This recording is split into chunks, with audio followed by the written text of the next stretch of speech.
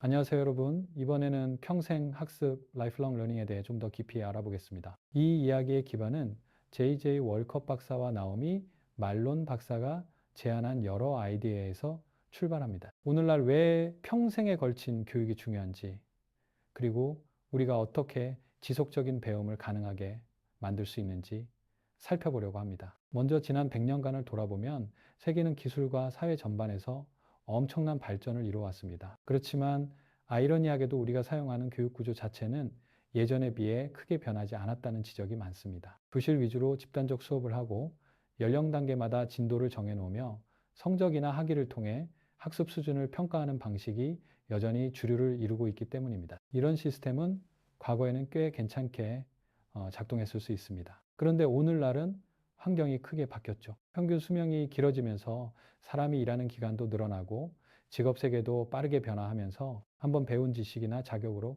평생 살아가는 것이 점점 어려워졌습니다. 이제는 30세, 40세, 심지어 60세 이후에도 새로운 기술과 직무 능력을 끊임없이 배워야 하는 시대가 되었다는 것입니다. 그러다 보니 예전처럼 일정 시기에 집중적으로 교육받고 끝내는 방식만으로는 충분하지 않다는 문제가 대두됩니다. 이를 보완하기 위한 핵심 해법으로 제시된 것이 평생 학습입니다. 쉽게 말해 교육을 유초중고 및 대학 시절에만 집중하는 것이 아니라 전 생애를 통틀어 계속 배우고 역량을 확장해 나가는 것입니다. 이 개념에 따르면 개인은 어린 시절부터 청년기, 중년기, 노년기까지 끊임없이 다양한 배움의 기회를 포착하고 자기 발전을 이루어야 합니다. 흥미로운 점은 뇌과학 연구에 따르면 인간의 뇌는 나이가 들어도 재조직이 가능하다는 사실입니다. 물론 성장 속도나 기억력 측면에서 젊은 시절과 다를 수 있지만 충분한 동기부여와 학습 자극이 있다면 70대, 80대에도 새로운 것을 배울 수 있다는 결론이 여러 실험에서 나타납니다. 여기서 JJ 월컵과 나오미 말론 박사는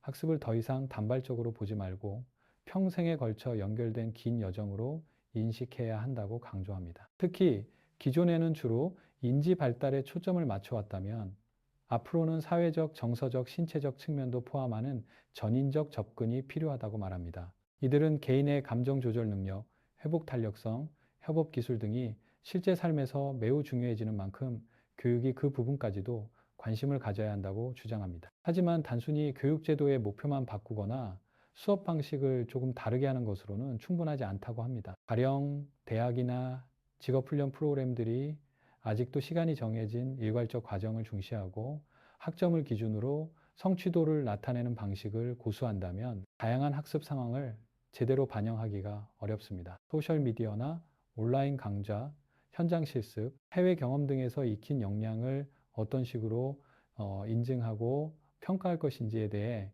지금 체제는 아직 명확한 답을 제시하지 못하고 있습니다. 더 나아가 평생 학습을 제대로 구현하려면 조직 내에서 한 개인이 교육을 받고 또 직장에서 능력을 발휘하는 활동이 어떻게 연결되는지도 잘 살펴봐야 합니다. 군대 사례를 들면 다양한 부대와 교육기관이 각각 독립적으로 운영되면서 한 사람이 습득한 역량이 전체적으로 공유되기 어려운 상황이 벌어집니다. 회사도 마찬가지라서 직원 훈련과 실제 인사 관리는 별개의 시스템으로 구동되어 종종 연계가 부족합니다. 이런 문제가 계속되면 개인은 평생 학습을 이어가는 데 필요한 정보와 지원을 받지 못하고 조직은 내부 인재를 제대로 활용하지 못하게 되죠. 이를 해결하기 위해 평생 학습 생태계라는 비전을 제시하는데 핵심은 다음과 같습니다. 학습 활동을 통합적으로 추적 평가할 수 있는 환경을 구축하고 사람이 어떤 학습을 언제, 왜, 어떻게 수행했는지를 장기적으로 기록해 두는 것입니다. 과거에는 한 학교나 회사에서만 활용되던 학습 이력이 표준화된 형태로 여러 기관 간 공유될 수 있어야 합니다. 이렇게 되면 개인은 다양한 곳에서 습득한 지식과 기술을 모두 하나의 흐름으로 관리할 수 있게 되며 필요할 때마다 그 역량을 입증하거나 경력 전환을 시도할 수 있겠죠. 하지만 이 비전을 실현하려면 여러 가지 기술적, 조직적, 문화적 장벽을 넘어서야 합니다. 예컨대 여러 시스템에서 쏟아져 나오는 학습 데이터를 어떻게 표준화하고 서로 호환되게 만들 것인가의 문제부터 각기 다른 교육기관이나 회사가 역량을 정의하는 방식이 일치하지 않아 생기는 혼선 등 해결 과제가 많습니다. JJ 월컵 박사와 나오미 말론 박사는 이런 점을 고려해 단순히 더 많은 교육을 제공하는 것이 능사가 아니라 체계적이고 의도적으로 평생 학습 구조를 새롭게 설계해야 한다고 말합니다. 여기에는 학습 경험을 전체적으로 구성하고 다양한 출처에서 생기는 데이터를 통합하며 중복이나 혼란 없이 개인화된 과정을 제안할 수 있는 학습 설계와 거버넌스가 필수적입니다. 예를 들어 한 사람이 대학에서 특정 전공을 이수하고 별도로 온라인 강의를 통해 다른 분야를 공부했다면 그 모든 학습이 연결되어 다음 단계의 학습이나 취업에 매끄럽게 반영될 수 있어야 합니다. 또 기업 측에서는 신규 채용을 진행하거나